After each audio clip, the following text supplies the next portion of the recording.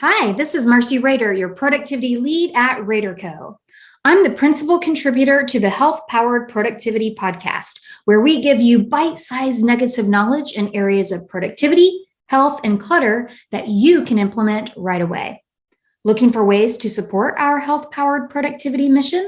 We welcome donations to our tip jar, linked in the show notes. We encourage you to check out our RaderCo recommendations page on our site, where we list all of our favorite products, services, and apps. We get a little kickback and you get vetted tools that we use ourselves. Now, on with the show.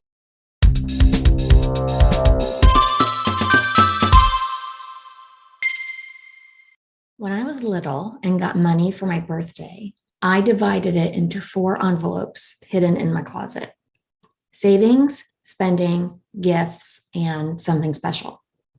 I don't remember anyone teaching me this method, and I used it all the way until college when I kept it in my bank account and switched to a spreadsheet. I started babysitting when I was 12 and never stopped working, scooping ice cream, making pizzas, working retail. This envelope method carried on throughout my life and grew to include more categories. Remember when I said I didn't remember learning this? Well, imagine my surprise in college when I heard that this was actually a thing and there was some guy named Dave Ramsey talking about it. I was so confused. I remember thinking, what? I came up with this.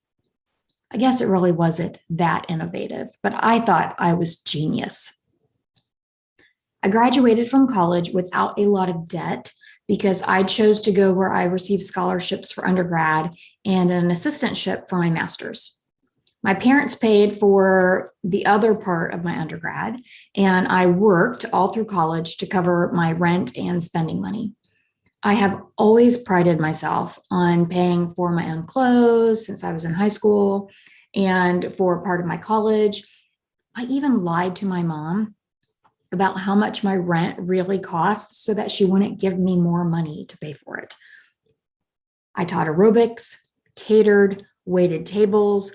I read for the visually impaired. I wrote for the hearing impaired.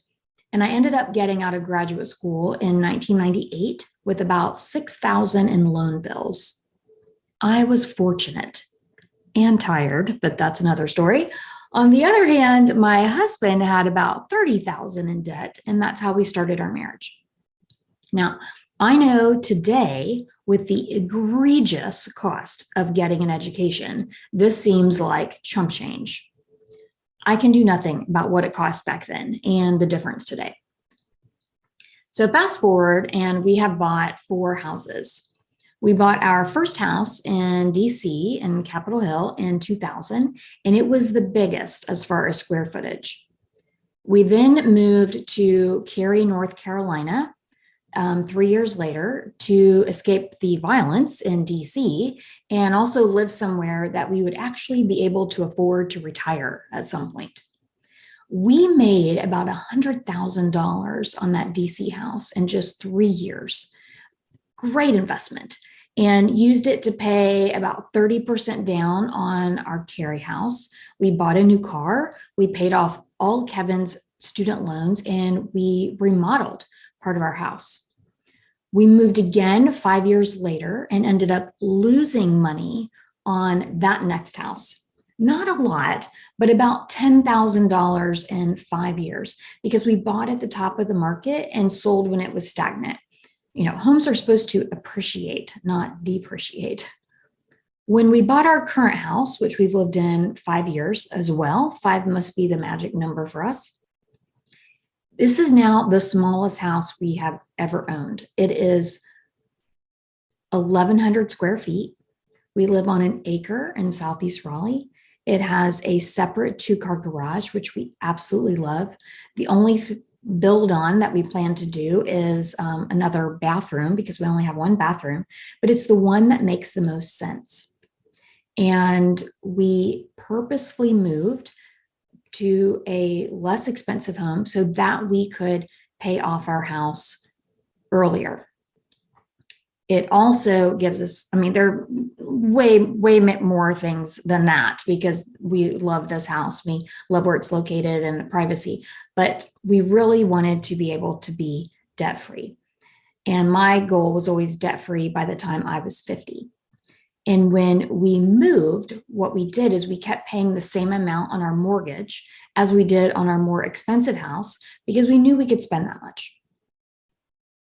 It just was more critical for us as two self-employed business owners to have zero debt. And it felt like a huge relief to pay off our house. It made sense for us, especially without knowing what the pandemic would bring. As far as cars, our last 4 cars we've paid cash for. And since my late 20s, I did have a car payment in my late 20s when I had a Volkswagen Jetta. But as soon as I was done paying that off, and we pretty much drive our cars till they're dead. But I've always started saving for the next car as soon as I've paid for that car. So I paid cash for my 2012 Kia Soul, which I still drive. And when the month after that, I started putting back money for the next car. And I still haven't bought one, but that money went towards my husband's next car as well. As far as investments, in my late 20s, I started investing in a Roth IRA. Before that, I just, pushed money into my savings and built up an emergency fund because I didn't really feel like I made enough money to also invest, but I at least had this emergency fund. I have never gone a year without maxing out both of our Roths since then. I also have other retirement and investment accounts that I've hired a financial planner to manage, and I've worked with him since 2004, and I have incredible, just great trust in him.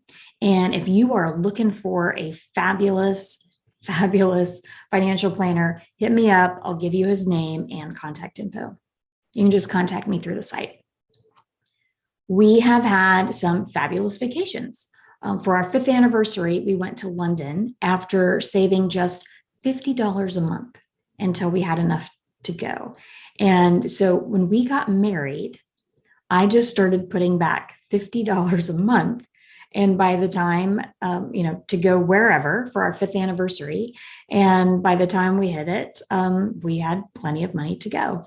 And I say this because for anybody that's listening that feels like, I just can't put back or enough money, or it's not going to make a difference. It does. It really does. It adds up. This summer, we're actually going to Ghana, and we already have money saved back to go to Hawaii or Thailand, whichever comes first, and depends on this damn virus. But, we always have this vacation fund that we're building as well. We have lots of categories. We have been in some serious debt. It was about 15 years ago. My husband had a studio. He's a professional drummer and drum teacher, and it hit a rough patch, and we sold it at a loss. We had to make payments and just always put any extra that we got toward that bill until it was gone. When I started this business 8 years ago, I made hardly any money in the first couple of years, but we lived off what I called my freedom fund. So before I quit my job, I set back 6 months of expenses, and this was not my emergency fund. I never hit my emergency fund because having your own business is not an emergency. And I promised my husband that as the primary earner, when I quit my job and, I said, I'm going to do this, I promised him that I would not put us in dire straits. I would go get another job first because, hitting our emergency fund, me owning a business was never an emergency. So I called it my freedom fund. And I even still managed to donate to our charity of choice, which is the Fistula Foundation, because I put back money for that, like all of our expenses, including that. And, speaking of charities or nonprofits, we are sustainers. So it automatically comes out of our account every month to pay for a surgery for a woman suffering from fistula. It's a bill like any other bill. And if you want to give more, I highly recommend just making it where you are a sustainer and you don't have to make the decision. So here are some key things that I've done. I've read a lot of money books over the last 25 years, and so much that I don't really read them anymore because I wasn't really learning that much, except cryptocurrency. I still learning about that. I have cryptocurrency, but oh my gosh, it's so confusing to me. But I do attempt to learn, but man, it just doesn't sink into my brain. And funny enough, I've never read a Dave Ramsey book, but people ask me all the time when I say that I'm debt free. They're like, "Oh, you must be a Dave Ramsey fan." I don't really know him, but I know he's helped a lot of people.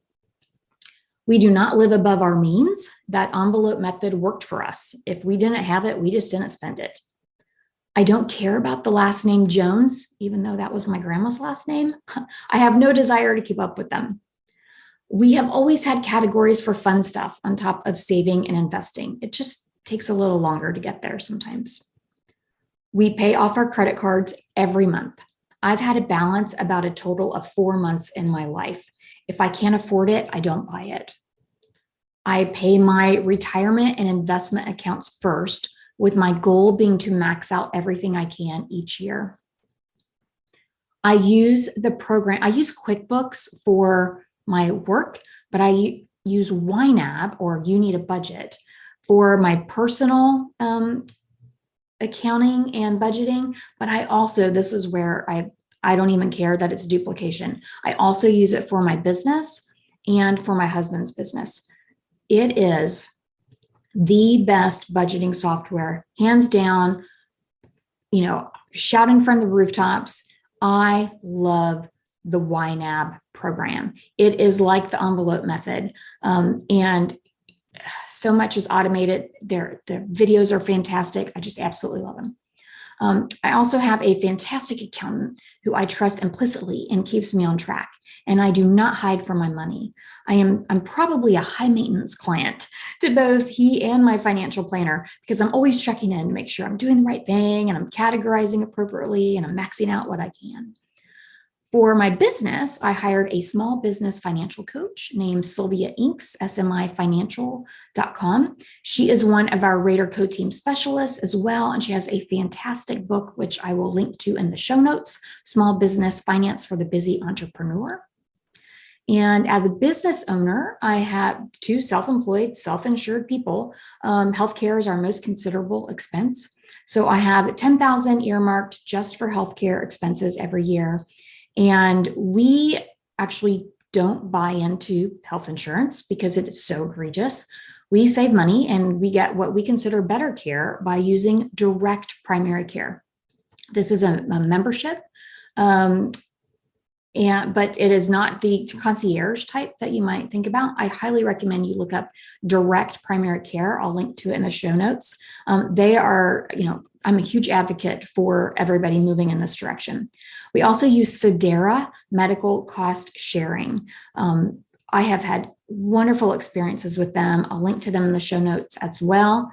And they are, it is a way to kind of like an HSA or FSA for business owners, or for non-insured is what I call them, because it's so ridiculous that people who own a business can't open up an HSA or FSA. That makes no sense to me.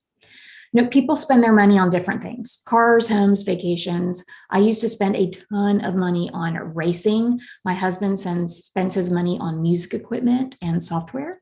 Currently, I don't have any expensive hobbies except maybe beauty and self-care treatments, but that's a necessity, right? We are not wealthy people. It does take discipline, but it can be done. And I've been asked enough, how I was able to be debt-free at 46, that I wanted to record this episode. But it doesn't mean that all of my steps are the right ones for you. For the love of kittens, I do ask, please, please, please, please know your finances. Don't bury your head in the sand. Schedule a meeting at least monthly with your partner. Kevin and I, every week when we do our 90-day vision on Sunday mornings, we at least touch on our finances. Discuss your money status, where you are, where you want to be, your financial goals, and whether you choose to pay off all your debts or invest differently. Just invest. Don't be the person working when you're 75 because you have to. And you never know when something could happen to you that would prohibit you from working. People on disability didn't plan to be there. And if I say one thing about like programs, software, check out YNAB. It has made everything so easy. And here is to your financial success.